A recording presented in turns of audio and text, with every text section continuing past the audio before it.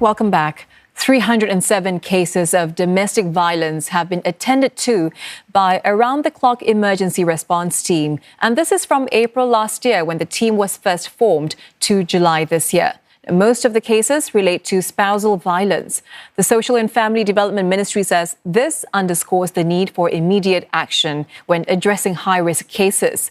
Before the Domestic Violence Emergency Response Team, or DVERT, was formed, after-hours emergency responses were only for cases involving the abuse of children or vulnerable adults.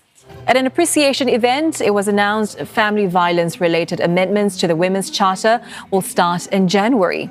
Officers will be able to issue orders that includes restricting perpetrators from visiting or contacting victims. High-risk perpetrators may be electronically monitored if personal protection orders have been breached. Definitions of family violence have also been expanded to include sexual, emotional, and psychological abuse. That will really help DVERT officers to issue emergency orders at the scene itself, right after the police respond to domestic violence cases. So it also includes domestic exclusion order, stay away order, and no contact order, which we can issue either on its own or all together, depending on the history of violence perpetrated on the victims. Families should be where members feel safe and supported. Domestic violence is not condoned in our society. I'm confident that together we will be better able to keep our families safe and to help break the cycle of violence. And for more on this, we speak now to Martin Chok, Deputy Director at Family and Community Services, Care Corner Singapore. He is also a social worker and a member of the DVERT team. Thank you so much for joining us today, Mr. Chok. So, first of all, share with us the work that a DVERT officer does. What have you observed and experienced? The DVERT officer firstly provides on-site emergency response to very high-risk cases. They come alongside the police officers to manage the violence firsthand and swiftly. So thereafter, the cases are referred to the Protection Specialist Centre, which Care Corner is part of. We provide aftercare family violence support to victims as well as perpetrators. I think this is where the important work is, because the work of rehabilitation, of mending relationships is a very long-term process. It is indeed, but how different is this from what social workers like yourself used to do before this team was formed? Before the team was formed, we used to get cases within a few days, but with DVERT on board, the cases are being referred to us in a very timely fashion. Timely in the sense that when the offence is being committed on hand and on site, the cases are being attended to, and the DVERT officer can make accurate assessments on site and thereafter refer the cases immediately to social workers at a protection specialist centre, because this definitely reduces the time lag for victims to normalise behaviours of violence. And could you perhaps share with us a couple of situations or stories that stood out to you where DVERT was actually able to help save a victim from danger? One case that really stood out for me and is etched in my mind is a DVERT officer together with the police planned a very careful home visit to a case, to a home, and spoke to the husband. And the husband reflected upon his behavior and voluntarily moved out of the house, thereby ensuring safety for the wife and the children. Thereafter, when safety was being established, Care Corner could come in and maintain aftercare support in the area of violence. We could maintain and monitor the safety plan so as to ensure the safety of the wives and the children.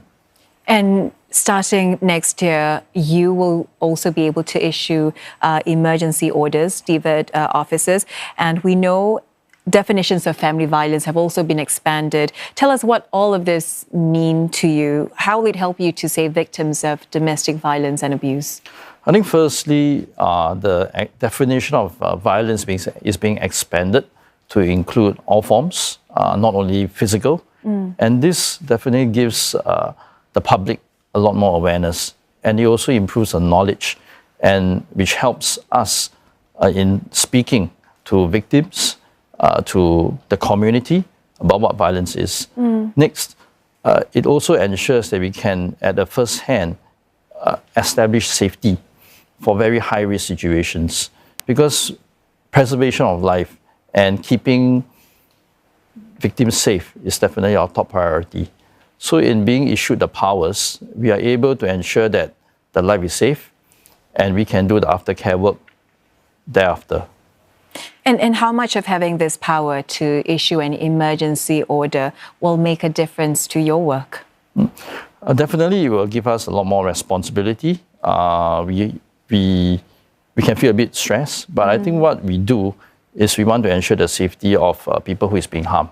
And by giving us the ability to issue the power, we can stop the violence from happening there and then. Because actually one of the emergency order is to stop the perpetrator from having come into contact with the victim.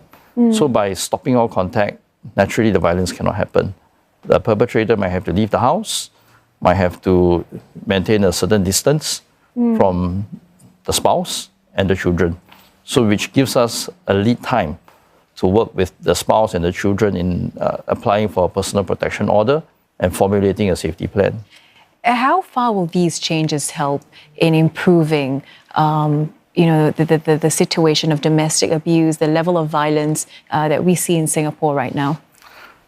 It can go a certain way. However, I wish to stress that relationship building and also working with the person who is causing harm is also very important to us. Because we can, at the first hand and the first priority, stop the violence from happening. That's step one. Thereafter, we hope to mend the relationship and to bring the families together. And this is our eventual goal. And we hope that that could happen. So being able to work with both the person who is harmed and also the person who is causing harm is equally important to us. And you would also be able to issue orders that includes restricting perpetrators from visiting or contacting victims. But where your safety is concerned, how do you intend to protect yourself against the potential harm or danger of the perpetrators? This is where the organization part comes into play.